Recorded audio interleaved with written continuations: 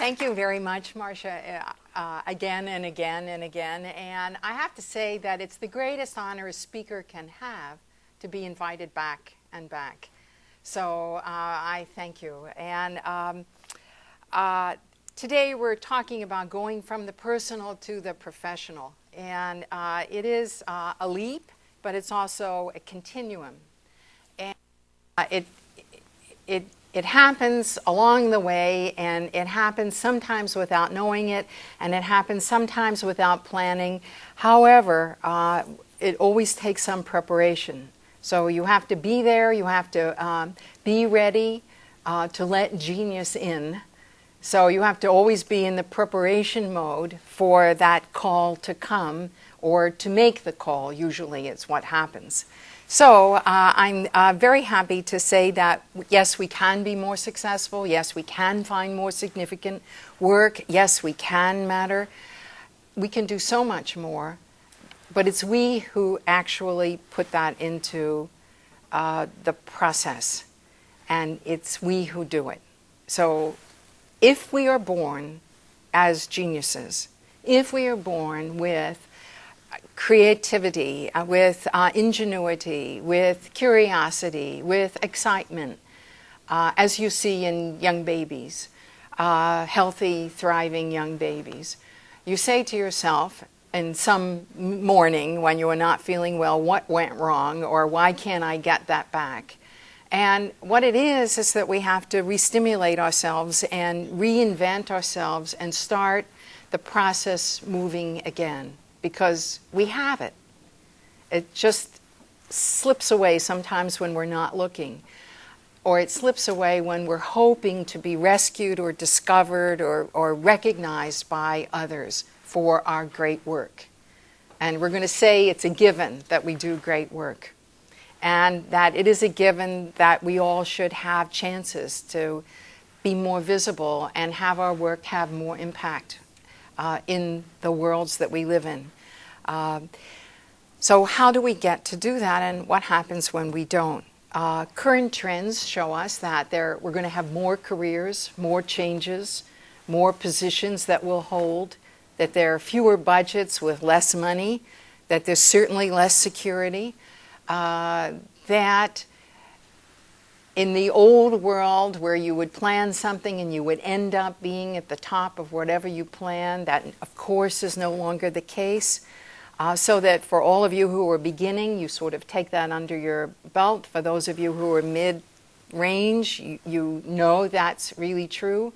And for those of you who are in your 50s and 60s and thinking about what is next, what are transitions, this is a pivotal time because we still feel young.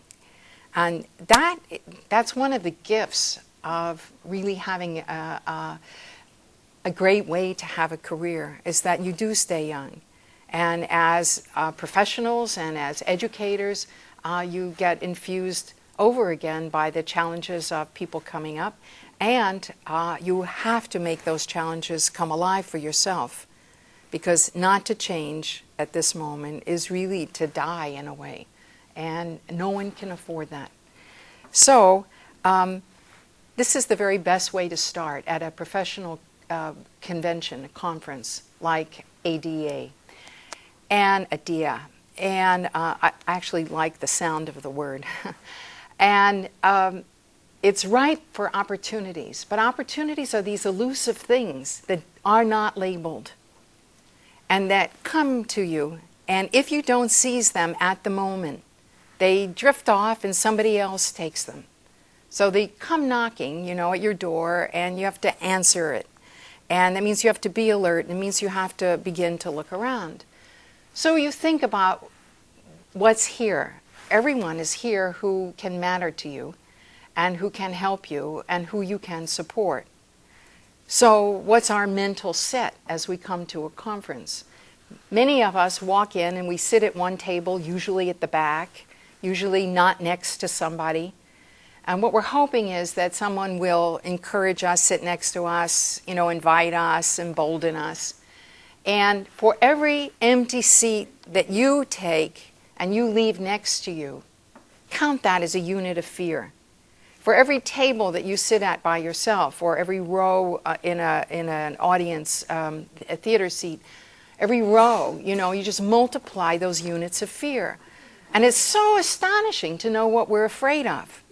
What we're afraid of is that other people will think we're after something, that we're afraid that people will think that we're asking for that which we can't. We're afraid over and over again that we're not good enough, that it's the wrong group, that we're not wanted. And these fears are never brought up to a conscious level, and you can't read anybody else's thoughts. But if everybody is sitting afraid, then the space really gets drained. So even though we have one more day, still today is a very good time to start. So for any of these ideas that come to you from any of the speakers or for what I have to say today, try to put them in practice now. Try to put them in practice before you leave tonight or tomorrow, because we have another day's session tomorrow, or on the plane back, so that you always are thinking of what it is that you can do here. Okay, what is a metaphor that will let you go and free you to do this? So my favorite metaphor of all time is, suppose life were a party, and there are two roles that you can play, the guest or the host. There are lots of guests. There's the invited guests, they're the crashers, they're the reluctant guests. But each guest, even the honored guests, come with their arms folded and they say, I'm here, show me a good time. So it's passive. They're waiting for the host to do it. The host makes the theme. The host, like Gene Sinkford, like Marsha Boyd, tries to pull everybody together, tries to make a theme, tries to invite people, tries to get interaction to happen, tries to get projects to emerge, tries to get engagement, tries to raise the profession, tries to do all of this. The people who are having the best time, though they may be exhausted right now, are the people who have the real title of host. But think about title. You could write host on your name tag, and you could act as if you were the host. And if you did that at your table, how would it be different? If you did that in the hallways or at poster sessions, or if you did that with any of the speakers or whatever, how would it be different? How would what you say be different? How would your engagement be different? How would what you ask of others and what you tell others be different? So I ask you all, it could be a wonderful thing if everyone were to play that. It's not like there are too many cooks in the kitchen. It just makes the group livelier, and more things are apt to happen, rather than if people are sitting waiting for someone to start it. Now, this is a women's conference, and there are differences in how each of us, each gender, has been acculturated to behave. And so sometimes when I do exercises in day-long events or retreats, I give an assignment to a group, not mentioning who the leader is, and just saying that to the group that somebody will emerge as a leader, or else I don't say it, and watch for it to happen. And if we were to do an exercise on multi-land use or something, and you all were a mixed group, or an all-male group, say, one of you would, many of you would give ideas. Well, we should have businesses, we should have apartments, we should have condos, we should have schools, we should have a hospital in it, we could do this, that, and the other. And one of you takes the pen and says, okay, so let's get these ideas down. Is there any other idea? And then gets more ideas from the group. So can we rank them? Can we put them in order? Can we do something? It gets a kind of plan together. And that person is usually the leader of the group.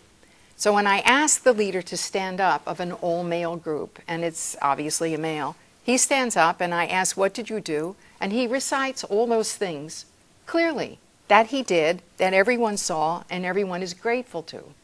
When it's a mixed group and the man is the emergent leader, he does that and everyone sees it and is grateful. Usually, not always, but usually when it's a woman leader, and many times there is a woman leader, she's reluctant to stand up, and the group has to say, why don't you stand up, Mary? You did that. And then Mary recites the list when asked of what she does, the exact same list. And when it's a group of all women, the leader usually says, we all participated, we were all leaders here. And everybody, she mentions for everybody to stand up. That's nice, but that's not really the truth. So what we're finding about moving from the personal to the professional is that you begin to own your leadership, that you begin to look at what it is that you can do and not hide from it. So we're coming out of hiding in lots of different ways. One is to have greater ambition. The other is to go for it, and I'm going to have a series of skills that help you do that. And the other is, once you're the appointed one or the identified one, to accept it and say yes. And Michelle told me